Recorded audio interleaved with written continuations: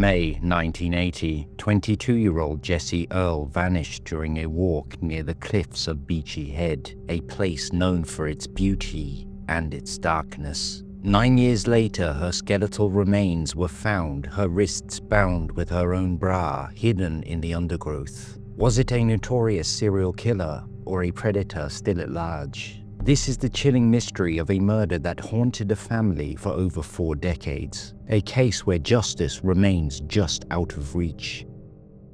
Welcome to Crimes That Haunt Us, the channel where we dive deep into the most unsettling cases. We're on a mission to hit 1,000 subscribers, and every single one helps keep these stories alive. If you enjoy true crime content like this, hit subscribe and join the community. Jessie Victoria Earl was born on 16th of December 1957 to her loving parents Valerie and John Earl in the bustling borough of London. From an early age, Jessie showed an extraordinary talent for art, a gift her doting parents nurtured with unwavering support. Her sketches and paintings captured the beauty she saw in the world, and by 1980, at the age of 22, Jessie was ready to take the next step in her artistic journey. With her parents' encouragement, she relocated to the quaint seaside town of Eastbourne, East Sussex, to study graphic design at the Eastbourne College of Art and Design.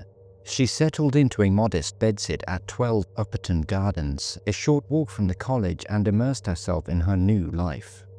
Her days were filled with creativity, sketching the waves along the seafront, painting the vibrant landscapes of the South Downs, and finding inspiration in the natural beauty of her new home. She also regularly updated her diary with her spontaneous thoughts and feelings. Jessie had a particular fondness for Beachy Head, a dramatic chalk headland just a short stroll from her bedsit.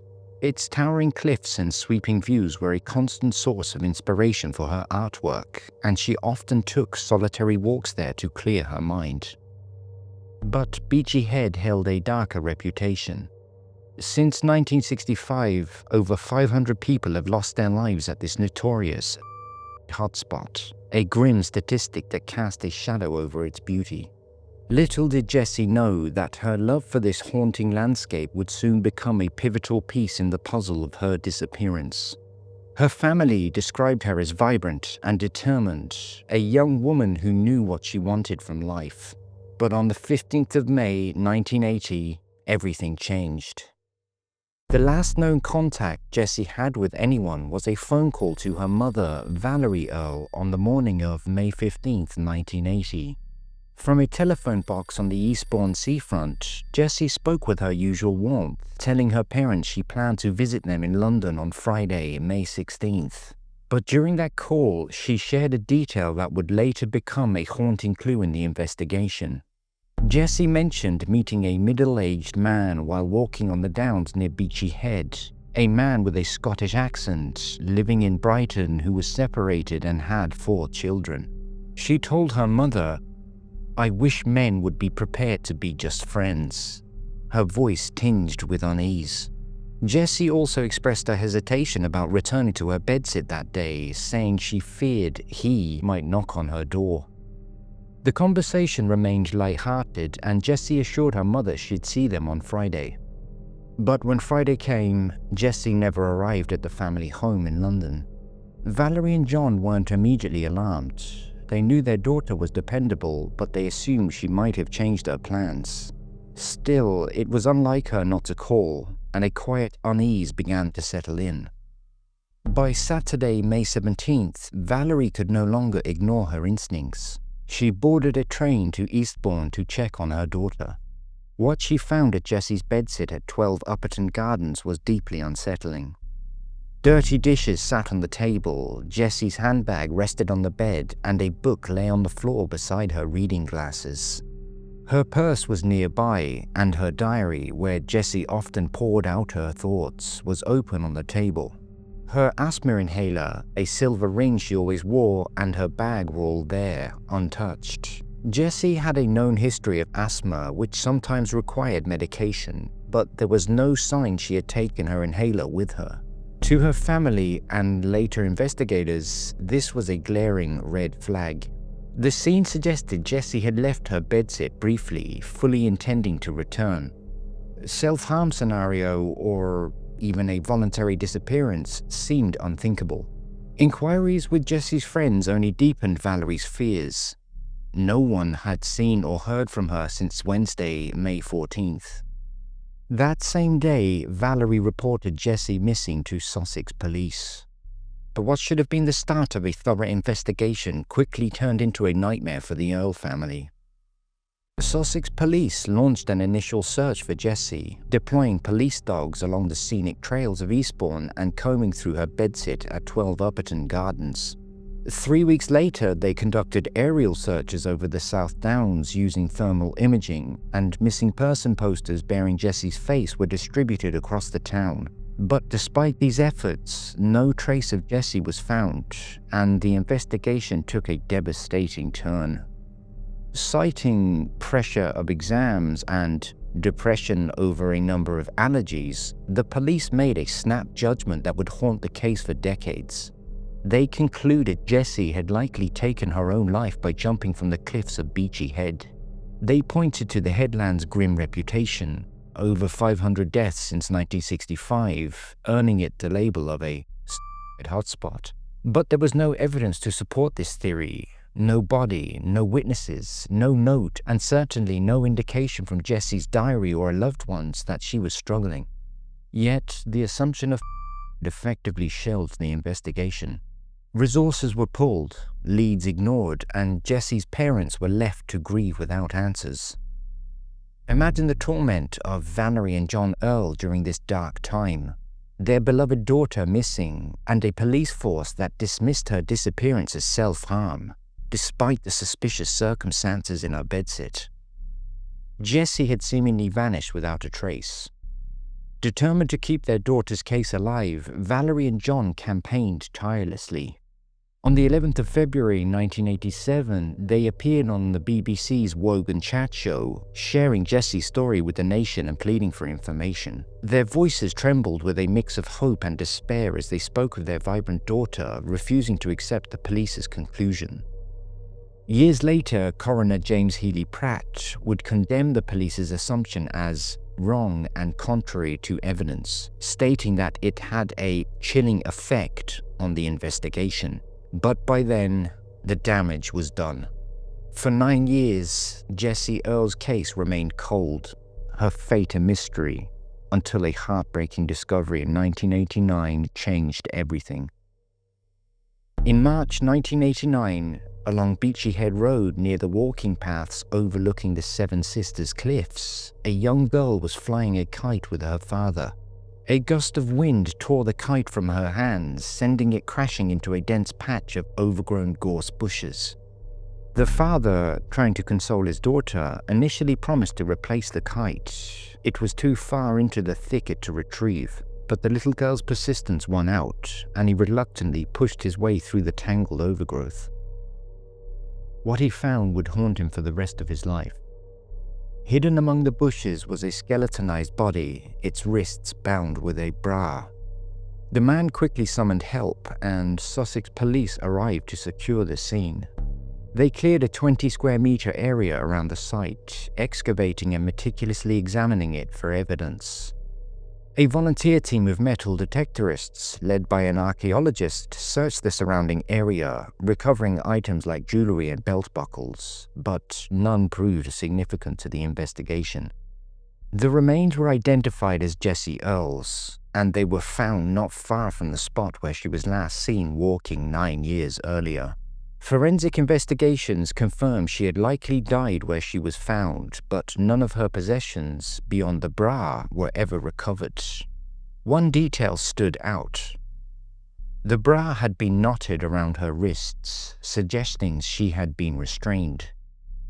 Yet, astonishingly, the police doubled down on their original theory, concluding that Jessie may have taken her own life due to exam stress and health issues. An inquest held later that year recorded an open verdict, citing insufficient evidence to determine the cause of death. The condition of Jessie's remains confirmed she had been deceased since her disappearance in 1980. but the police's refusal to treat her death as a potential homicide would have catastrophic consequences for the investigation. In 1997, 8 years after Jessie's remains were found, Sussex police made a decision that would forever cripple the investigation. During a routine procedural review, all physical forensic evidence from the original 1980 missing person case and the 1989 inquest was destroyed. This included Jessie's bra, the very item that had been tied around her wrists, potentially a murder weapon or restraint. It also included any possible biological samples, hair, tissue, fibers, and soil, leaf litter, or insect material from the scene. Scene photos and some investigative materials may have been lost also. At the time, Jessie's death was still officially classified as undetermined, with an open verdict. It wasn't treated as a murder case, so Sussex police followed their standard retention policy for non-suspicious deaths, which allowed the disposal of evidence after a fixed number of years. But this protocol ignored the deeply suspicious circumstances of her death: the tied bra, the missing clothing, the remote burial site. The significance of this mistake became painfully clear in 2000 when Sussex police officially reopened the case as a murder investigation. But by then, all potentially DNA retrievable evidence was gone. Had the items been preserved, investigators could have sought DNA from a potential perpetrator, examined the bra for ligature marks or forensic trauma, or reconstructed the crime scene with greater precision. The destruction of this evidence meant that modern forensic techniques like DNA analysis could never be applied to the most critical pieces of Jessie's case. Detective Chief Inspector Steve Dennis, who led the reopened investigation, later called it a significant mistake, a mistake that ensured justice would remain out of reach. In 2000, 20 years after Jessie's disappearance, Sussex police finally acknowledged what her family had known all along. Jessie Earl had been murdered. Detective Chief Inspector Steve Dennis took over the case, stating publicly, "We believe that Jessie was murdered." But the investigation faced insurmountable challenges. With the bra and soil samples destroyed in 1997, investigators turned to what little evidence remained. They re-examined Jessie's clothing and took DNA samples from her parents, hoping to find a match that could lead them to her killer. They also revisited the last known details of her life, that phone call to her mother on May 15, 1980, where she mentioned meeting a middle-aged man with a Scottish accent who made her uneasy. But with no witnesses and no detailed description of the man, the case went nowhere. Then, in late 2006, a new suspect emerged, a man whose name would send shockwaves through the investigation. Peter Tobin, a Scottish handyman, had just been sentenced to life in prison for the murder of 23-year-old Angelica Cluck in Glasgow. Strathclyde Police, under Detective Superintendent David Swindle, launched Operation Anagram, a nationwide review of Tobin's past movements and crimes, spanning cases back to the 1960s. Up to 1,400 lines of inquiry were pursued by 2009, with all UK forces feeding their unsolved murder and disappearances files into the Home Office large major inquiry system. Tobin quickly became a prime suspect in Jessie's case. In 1980, he was living in Eastbourne, working as a handyman at the Holy Trinity Church, a place where Jessie, a member of the church choir, would have crossed paths with him during her rehearsals and his evening repair work. Her description of the middle-aged Scottish man who made her uneasy fit Tobin perfectly. When Jessie's remains were discovered in April 1989, Tobin abruptly relocated from Eastbourne to Bathgate, Scotland, a pattern of disappear and resettle he followed after each killing. Operation Anagram unearthed the remains of Vicky Hamilton and Dina McNicol, both murdered by Tobin in 1991 in the back garden of his former Margate home between 2007 and 2008. In December 2009, police released photos of 32 pieces of jewelry recovered from Tobin, believed to be mementos of his victims, in an appeal to identify other cases. By July 2010, detectives had narrowed their focus to 9 unsolved murders or disappearances most consistent with Tobin's pattern, including Jessie's. Tobin's modus operandi matched Jessie's case. Her bra was found knotted around her wrists, mirroring his known ligature method. But without the preserved forensic evidence, no conclusive link could be made. DNA swabs from Jessie's clothing and her parents were compared to Tobin's possessions, but the results were inconclusive. In 2010, police searched Tobin's former homes in Brighton, hoping to find evidence linking him to Jessie or another Eastbourne disappearance, that of 18-year-old Louise Kay in 1988. But the searches turned up nothing. By June 2011, Operation Anagram was scaled back, leaving Jessie's case unresolved but open for fresh intelligence. For Valerie and John Earl, the fight for justice never wavered. In June 2020, now into their 90s, they applied to the Attorney General for leave to quash the 1989 open verdict and reopen the inquest, arguing that every aspect of Jessie's death pointed to homicide. And in November 2020, Solicitor General Michael Ellis QC MP granted permission, ruling, "I have concluded the initial investigation was insufficient and further lines of inquiry should have been pursued. It is in the interest of justice the application for a new inquest be heard by the High Court," he said. On December 17, 2021, the High Court formally quashed the 1989 inquest, paving the way for a new hearing. Over 2 days in early May 2022, Assistant Coroner James Healy-Pratt examined fresh evidence. The bra found knotted near a tree, the complete absence of any other clothing, and expert testimony that these circumstances could only indicate foul play. The inquest heard that Jessie was probably tied to a tree and possibly assaulted before her suspected murder. Her bra had been used to bind her wrists, knotted in a way that suggested it could have been a restraint, gag, weapon, or ligature. On the 12th of May 2022, Healy-Pratt delivered his verdict. Jessie Earl was unlawfully killed by person or persons unknown.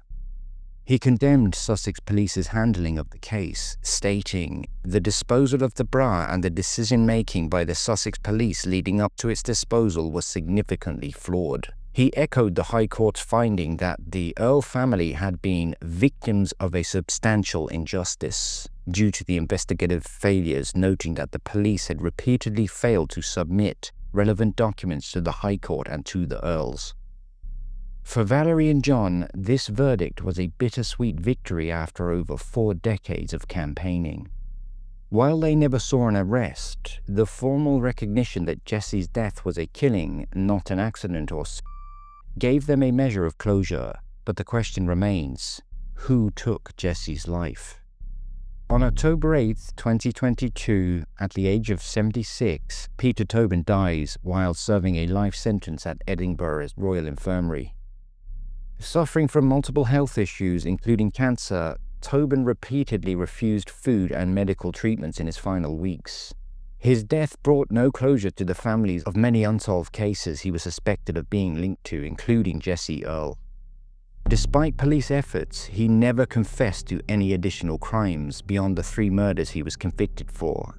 No, I'm not impressed. There's no interest in helping families who might have missed ones that you might have information I about? couldn't give a No, that's it. You have no humanity about you, do you? don't have enough. They don't care. Have you killed anyone else? Go and waste your money. Have you killed anybody else? Go and waste your money. You're not willing to answer that. Go and waste your money. More than 4 decades have passed since Jessie Earl was taken from this world, yet her killer evades or evaded justice.